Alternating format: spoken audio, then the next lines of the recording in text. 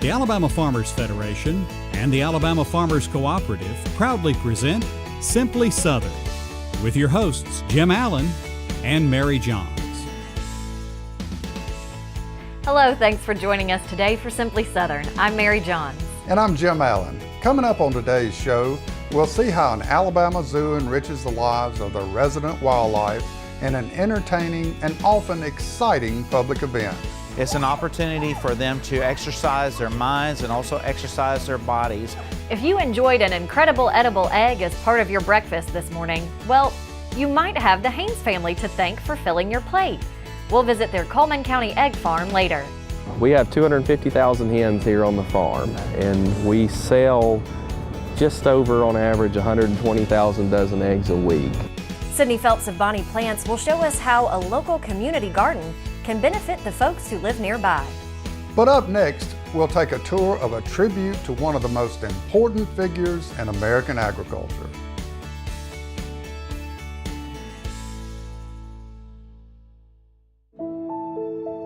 What sustains us? Food? Family? Faith.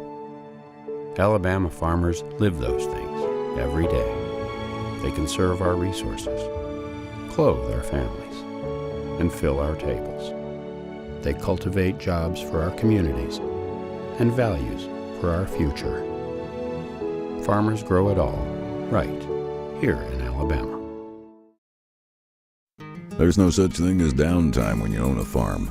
This is your land. You tend it and try to get the most from it, no matter the weather or time of day. It's been that way for generations. And for generations, your local quality co-op store has been there for you, with a full range of agriculture supplies and services, from feed to fertilizer, seed to grain storage, and the right hardware for any application.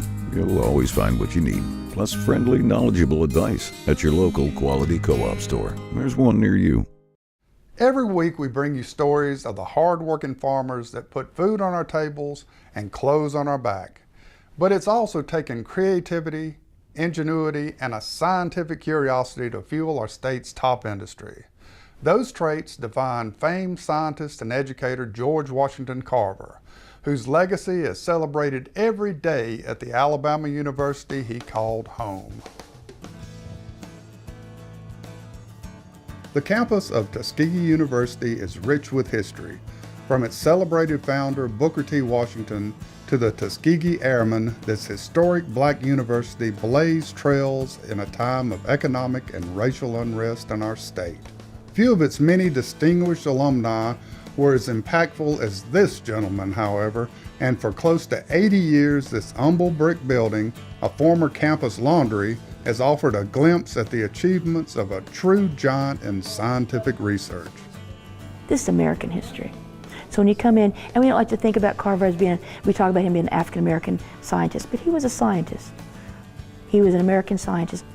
Born a slave in Diamond, Missouri, George Washington Carver's inquisitive mind excelled during racially turbulent times, becoming not only the first black student at Iowa State, but eventually the university's first black teacher.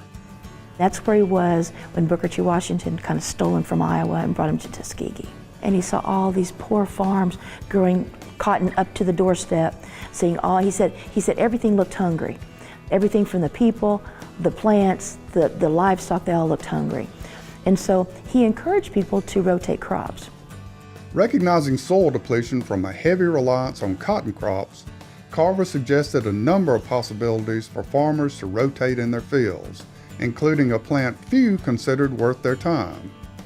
He knew that if they rotated those crops and planted legumes, which would be peanuts, in place of the cotton, and rotate that, that would put that nitrogen back into the soil. And they did what he asked.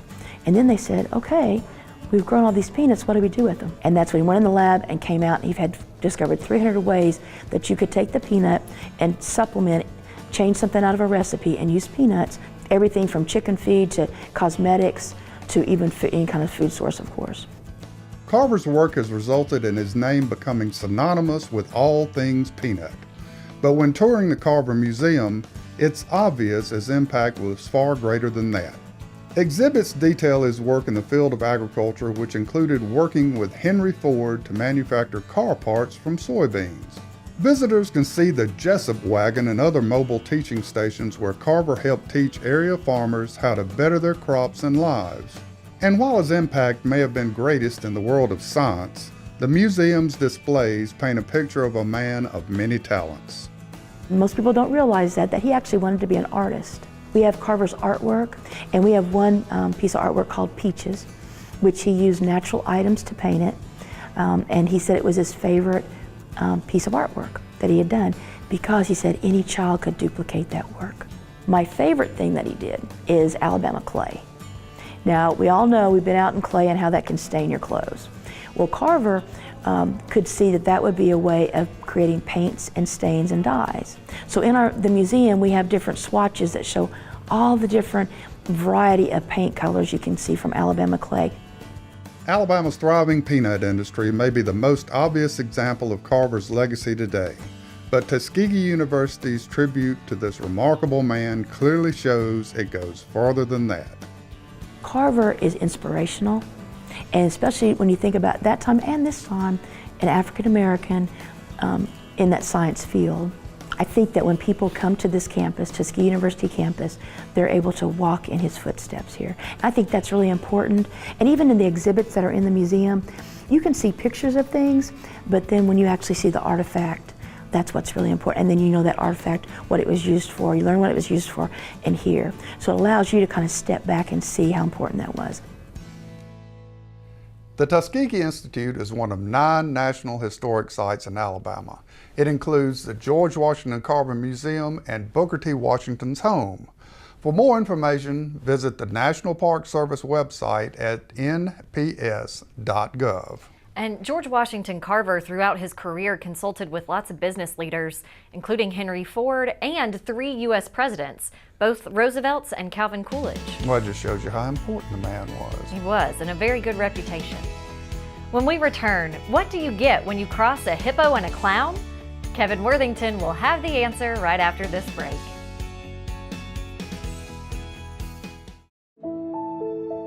The versatile peanut. Meat of the earth. Friend of the soil. Tasty, nutritious, packed with protein. And Alabama peanut farmers nourish some very special things. Families, communities, and Alabama's economy. Peanuts. Good for you, good for Alabama.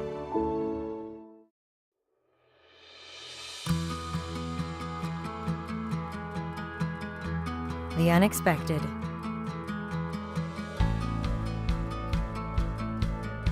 The inevitable. The inconvenient. Life can be difficult. Make it a little easier. Alpha Insurance. Support healthy food from local farmers by purchasing a Farming Feeds Alabama license plate. The tag funds education and promotion efforts, including Ag in the Classroom, agricultural scholarships, and youth programs. Get your Ag tag today. A farmer has to live on faith. We do all we can do, but we can only control so much. Alabama is the 2nd largest poultry growing state in the nation, so we're trying our best to grow all the corn we can for that.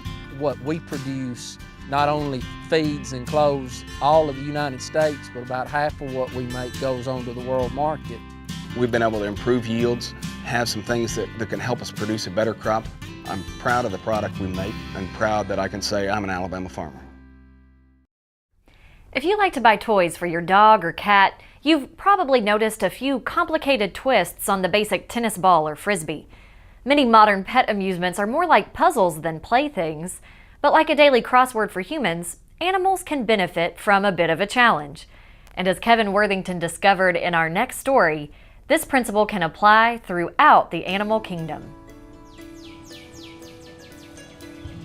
The caretakers at the Montgomery Zoo may appear to be setting up for an unusual birthday party, but all this decorating has a purpose: to find out what rhinos are scared of.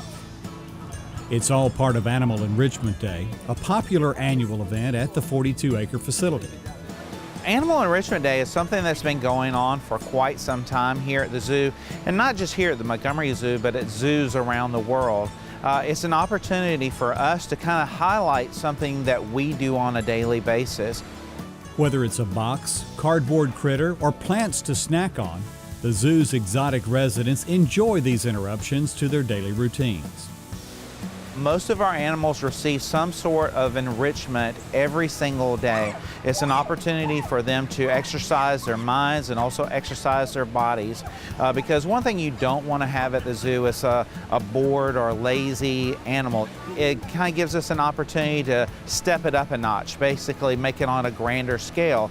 Because not only do we want to teach us about enrichment and have enrichment for our animals, but we also want to be able to provide that opportunity for people to know that enrichment is good for us as humans, but also it's good for animals at home. Visitors are guided on a scheduled tour of pre-selected exhibits that have been enriched to encourage reactions when the animals are released. Many times the additions to their environment fail to impress the zoo residents, but occasionally these displays can lead to some pretty dramatic results.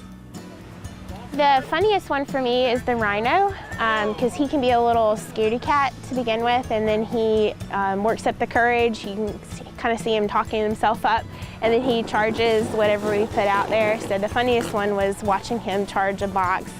This year's theme is fears. People have fears about certain animals and certain other issues, clowns, snakes, birds, maybe even just afraid of dark places. But animals, they might have those same kind of fears. So we're going to test them out, see if they're afraid of any of these things. For him specifically, we're doing the monster under the bed. People are afraid of monsters hiding in their closet, monster under the bed. So we're going to see if Himmel can be brave and attack the monster that's under the bed, and maybe help some little kids have their own fear. People really love watching spider monkeys. They love watching the chimps, because the chimps always have a good time with it, and they love watching the large cats. I know the tigers have fear of dead things, so they'll be getting bones. One of the things that I know that I personally enjoy about this event versus any other event that we have, this event is solely about the animals.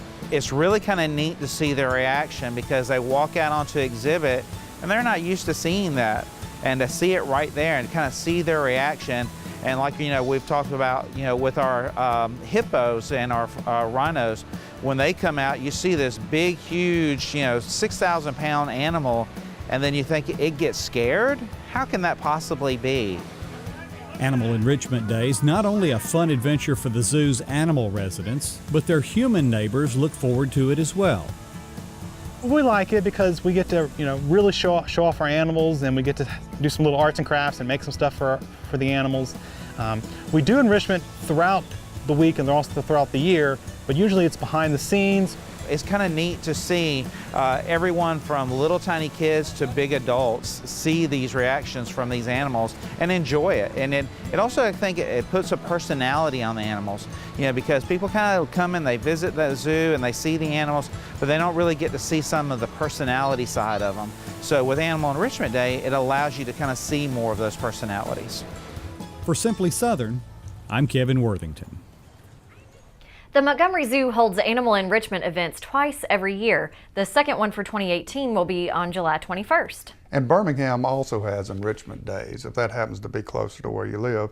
Just go to the website and check out the details of their upcoming events. Coming up on Simply Southern, it's not too extreme to say we're excited about our next story as we visit Nature's Best Egg Company in Coleman.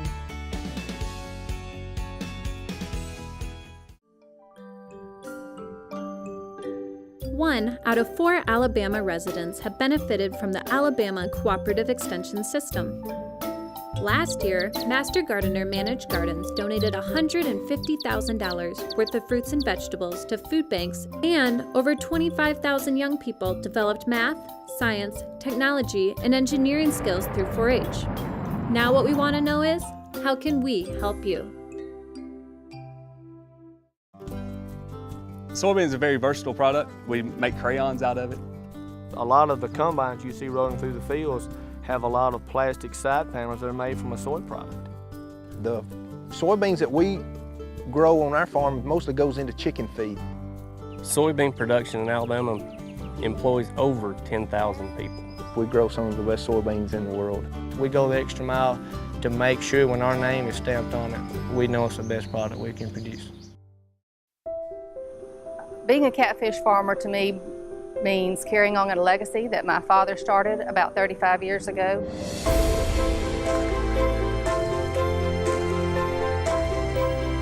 It's a good way to take care of the land and provide a nutritious product for people all over the world. My name is Mary Quitman Holmes.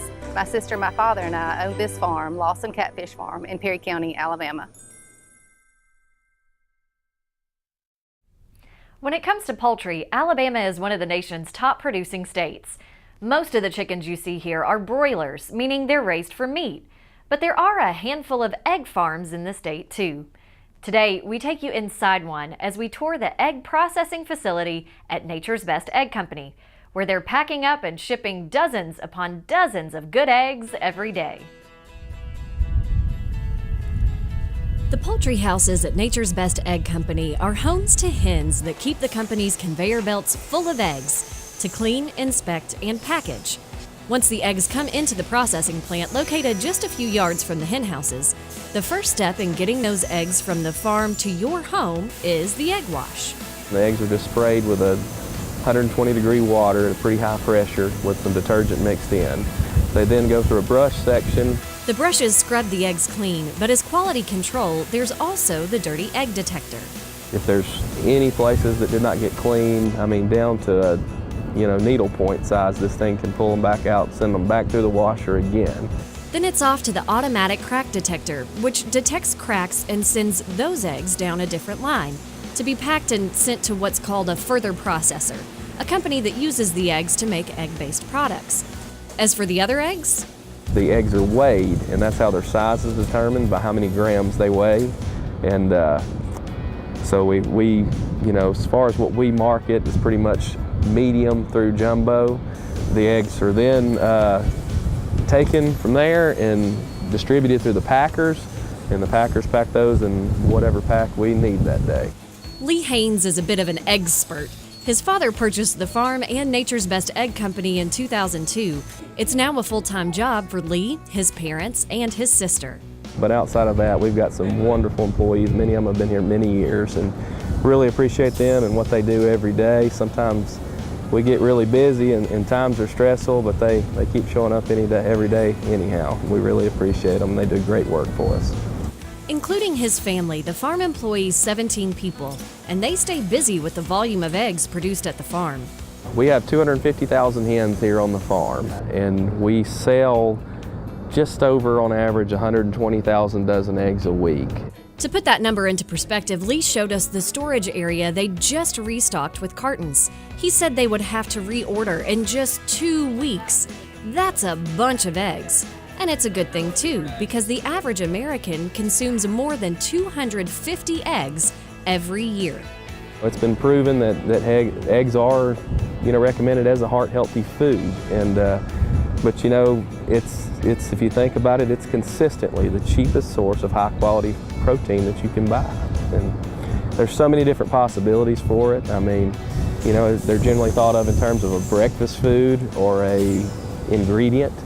But you can get creative with it and expand past that.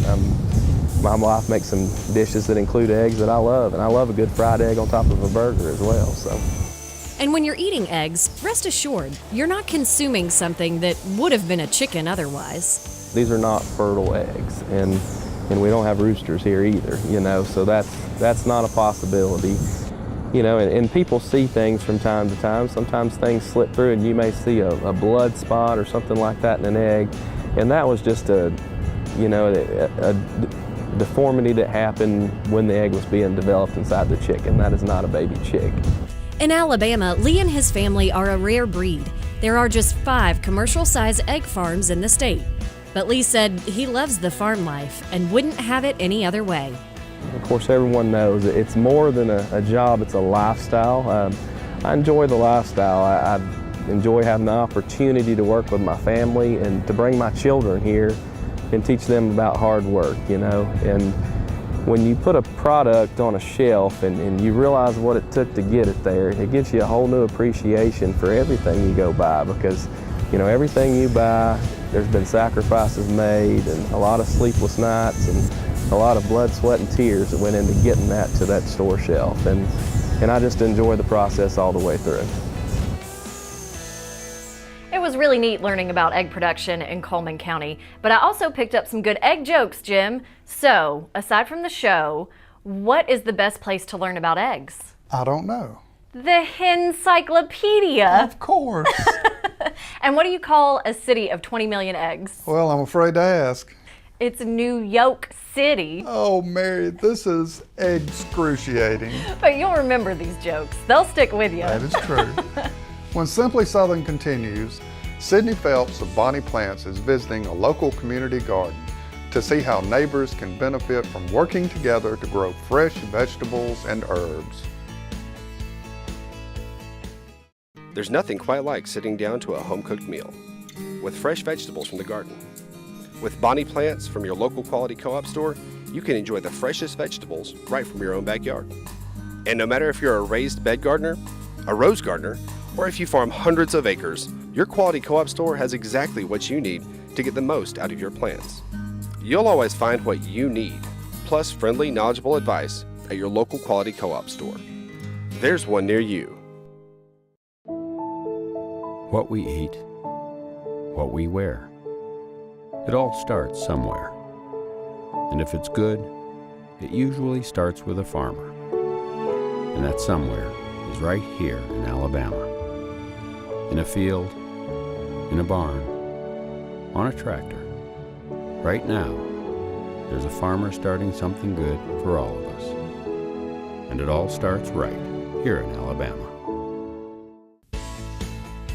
For more Simply Southern, be sure to follow us on social media. And while you're online, visit our website, simplysouthern.tv.net. Simply Southern will continue in a moment. We believe a plant should be more than a plant. This one is. It's all you need for your garden to succeed, because it's a Bonnie plant. It represents hundreds of varieties of Bonnie's quality veggies and herbs. But more, it's from generations of Bonnie people who are passionate about sharing their love of gardening with you. Look for this little Bonnie plant and a whole family of plants like it in your garden center. Bonnie Plants, so you'll know how to grow. Hey folks, Sidney Phelps here with Bonnie Plants. Today I'm in Tuskegee, Alabama, and we're talking about community gardens. I'm joined by Jasmine and Terrence. You guys are with Tuskegee University, and you work with not only the community gardens here, but also the demonstration gardens here for the university. So thank you guys for being with us. Jasmine, tell us about your involvement in the community gardens and with the university. Yeah, so I'm the current community garden coordinator for the city of Tuskegee through the Carver Sustainability Integrative Center. So I am the TULIP current community garden coordinator as well. Okay, and TULIP is basically the not only Tuskegee but Macon County's community garden as a whole. Yeah.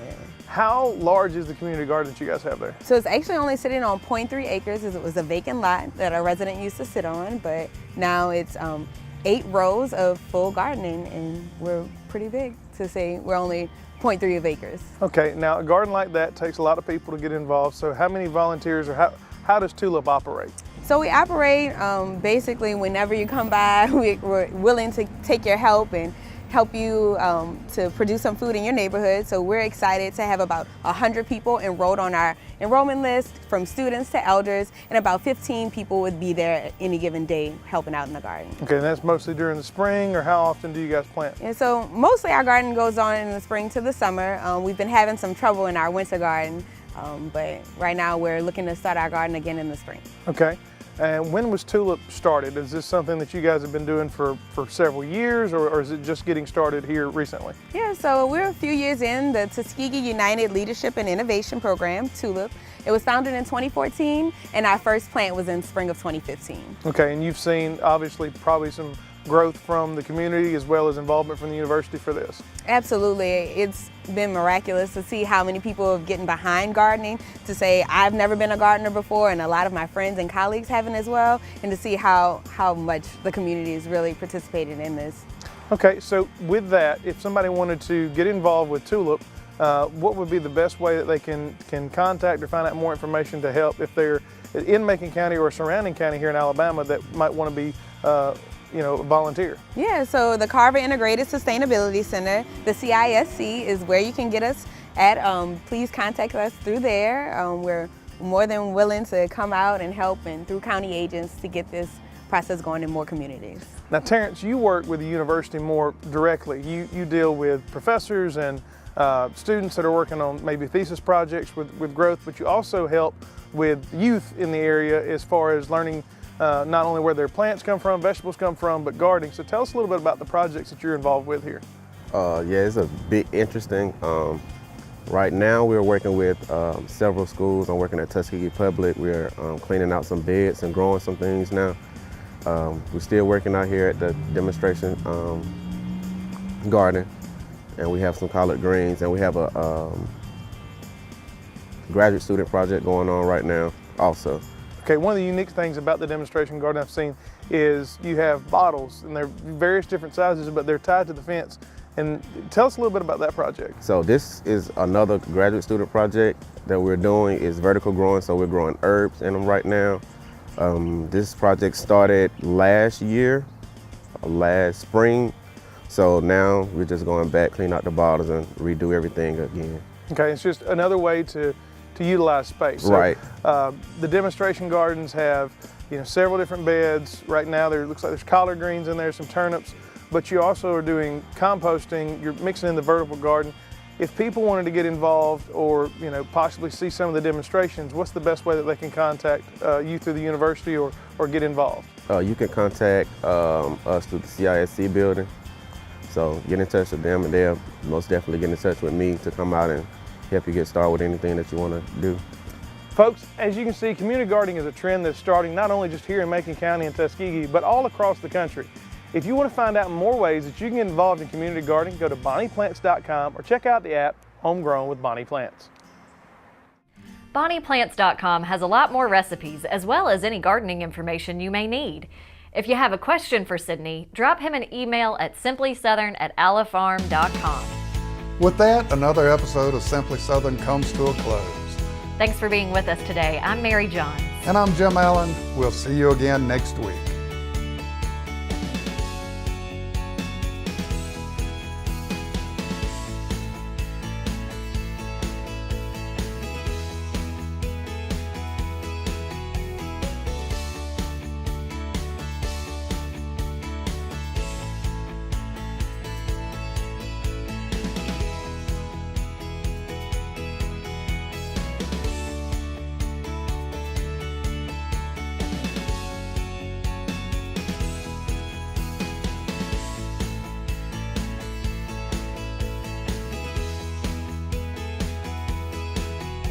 Simply Southern is a production of the Alabama Farmers Cooperative and the Alabama Farmers Federation.